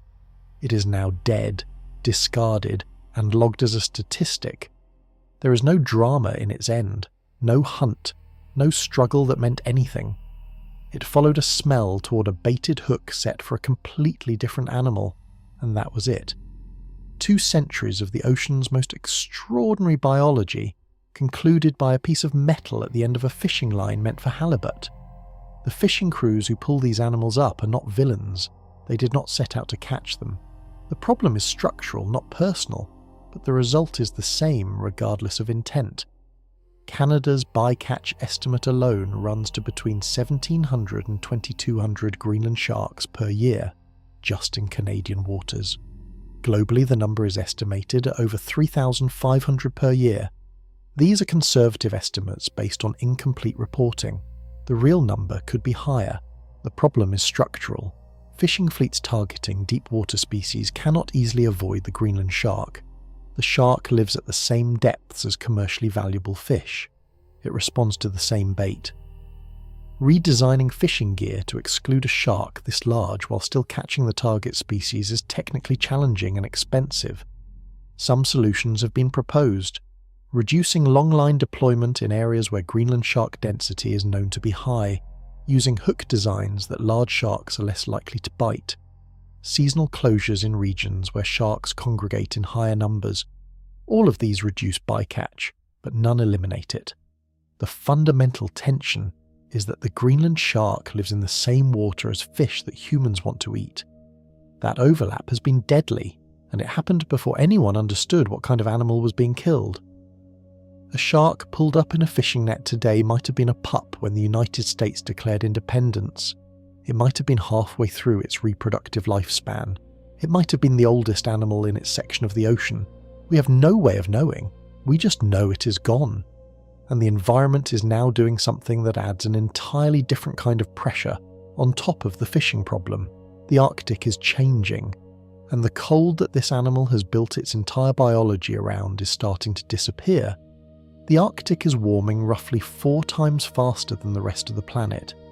That is not a small difference. The global average temperature has risen by about 1.2 degrees Celsius since the industrial era began. The Arctic has warmed by nearly 5 degrees in the same period. Sea ice is shrinking. The cold, deep water that fills the bottom of the North Atlantic and Arctic basins is slowly warming. For most animals, a degree or two of temperature change is uncomfortable but manageable.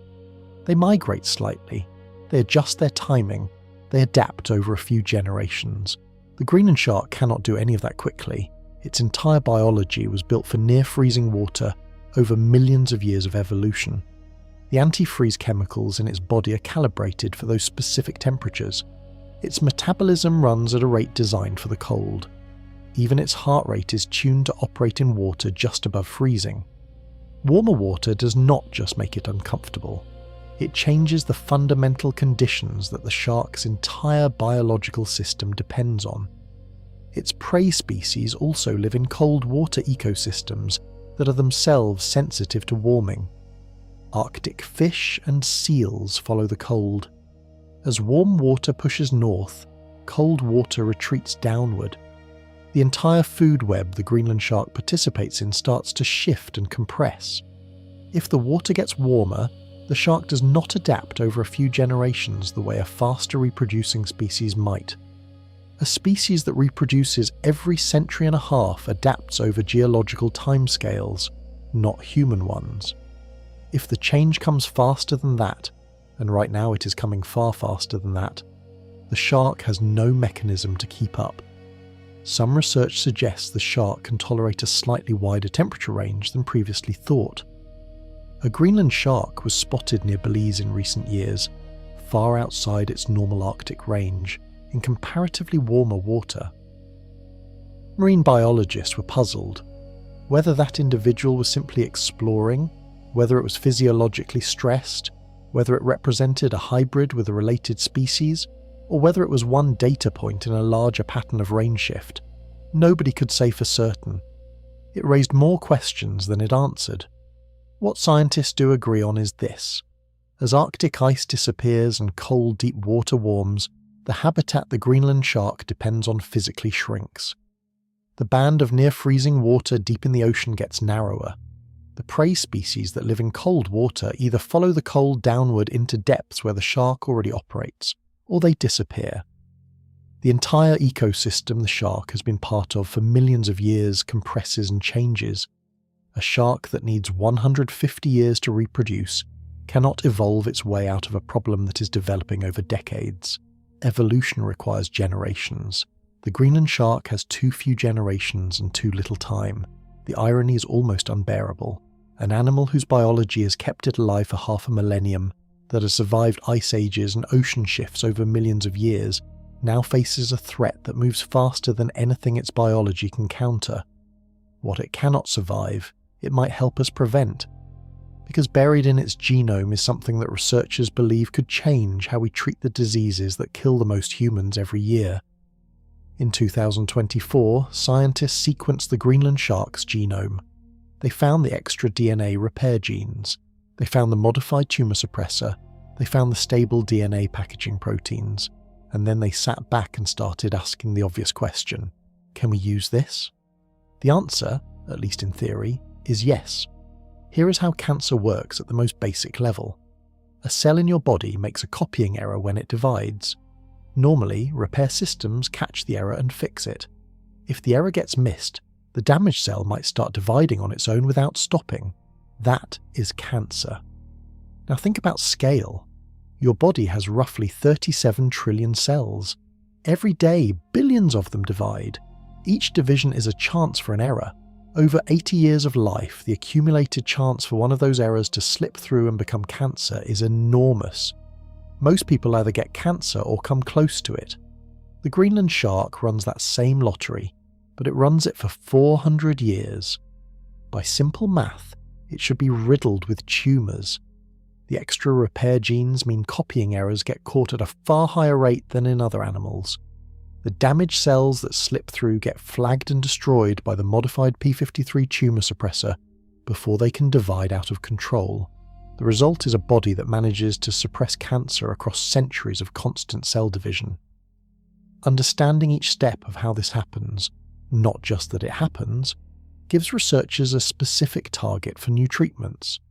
If scientists can identify the specific genes doing this work and introduce similar mechanisms into human cells, they may be able to dramatically reduce cancer rates.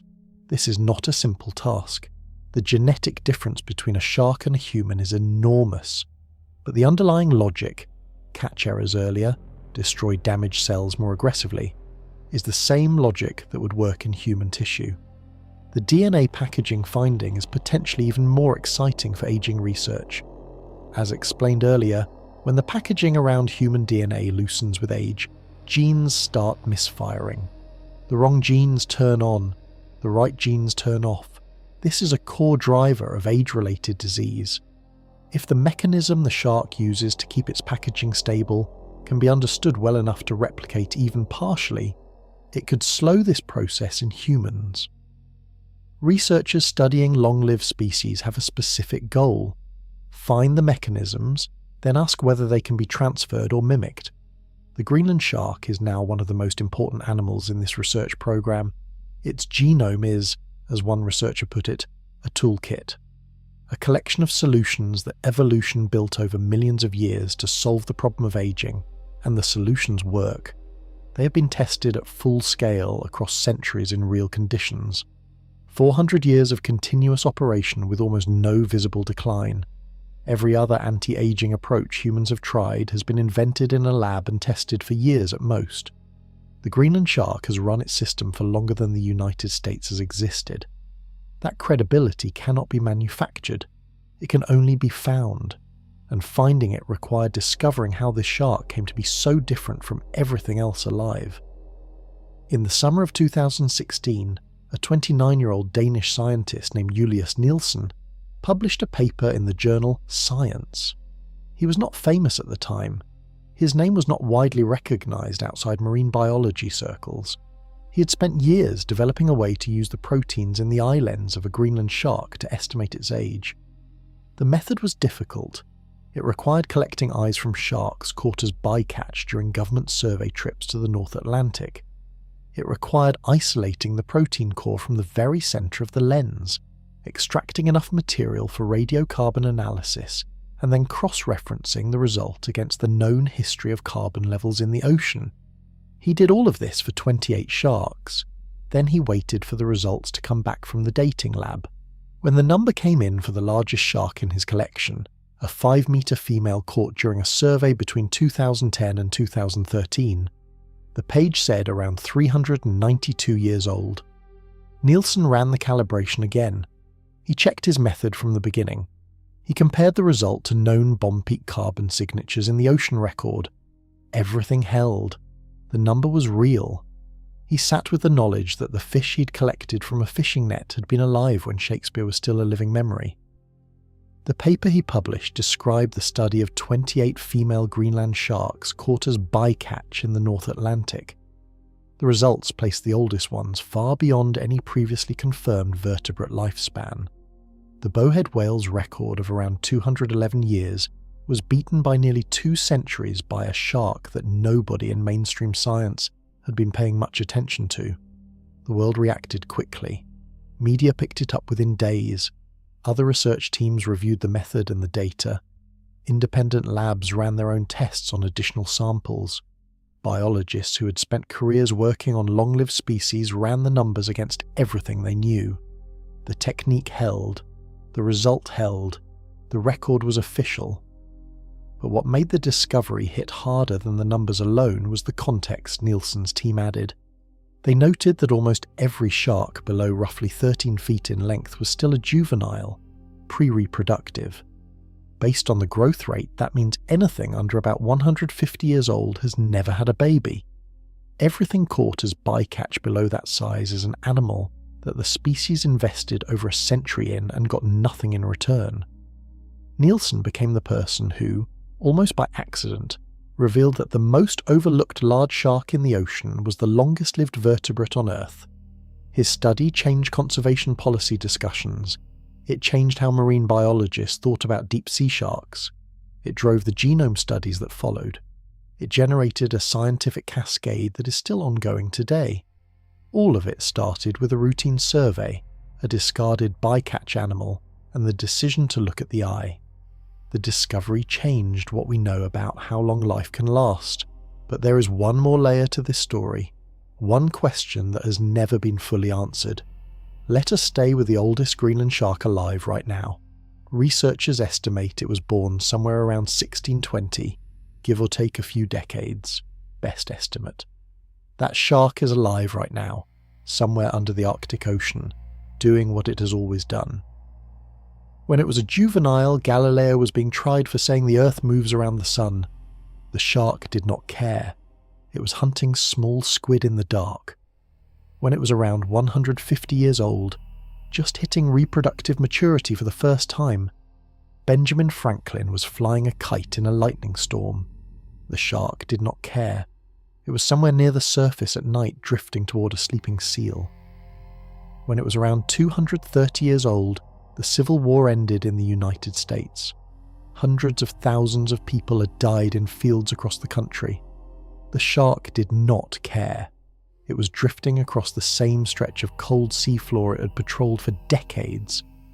When it was around 280 years old, the Wright brothers flew for 12 seconds at Kitty Hawk and changed history. The shark did not care. It was following the chemical trail of a whale carcass 2,000 feet below the surface. When it was 300 years old, both world wars had come and gone. The shark did not care. It was circling.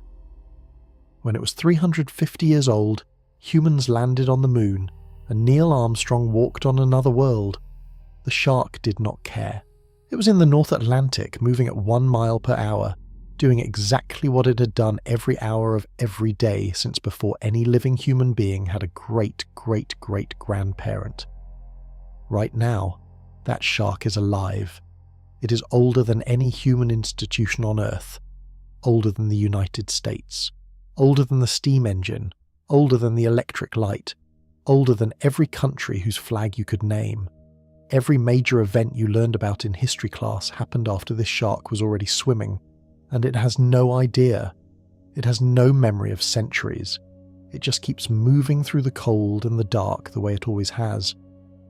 The shark has witnessed 5 centuries of human civilization, wars, revolutions, industrial transformation, the invention of every technology you use daily, and none of it has reached it. None of it ever touched the dark, cold water where it lives. There is something genuinely humbling about that. We talk about human history as if it is the main story happening on Earth. This shark suggests otherwise. There are things alive right now that were here before our story started, and that will still be here, if we let them, long after our current chapter ends. But here is the thing about this particular shark. It carries information we want. Its genome holds tools for fighting diseases that kill millions of people every year. Its biology could teach us things about aging that no lab experiment has been able to reveal. We need it alive far more than we need it dead. And scientists are only beginning to understand everything it can teach us. Because the most surprising finding of all is still sitting in the genome, pointing in a direction that no one had predicted before the shark's DNA was mapped. Here is a question researchers are now seriously asking. If you could take what the Greenland shark does biologically and apply it to human medicine, what could you do? The honest answer is, a lot. Potentially. Start with the repair genes. Humans have genes that fix DNA damage too, but they exist as single copies. If researchers can identify the exact changes in the Greenland shark's version of those genes that make them work better, or replicate more easily, they can study whether those changes could be introduced into human cells. This does not mean making people live to 400. That is not the goal.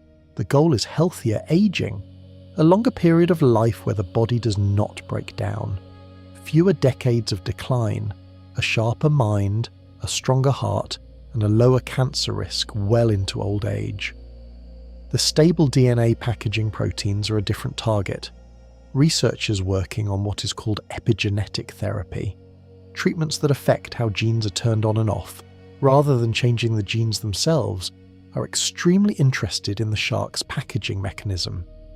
If the loosening of DNA packaging in aging human cells can be slowed using a mechanism inspired by the shark, the disease implications are enormous. The p53 tumour suppressor offers a third target. Human cancer research has been studying p53 for decades. It is one of the most mutated genes in human cancers, meaning when it fails, cancer often follows. The shark's version appears more robust. Understanding why could lead directly to therapies that keep p53 functioning longer in human tissue. Now here is the challenge. Understanding these mechanisms is one thing. Applying them in a human body safely is completely another.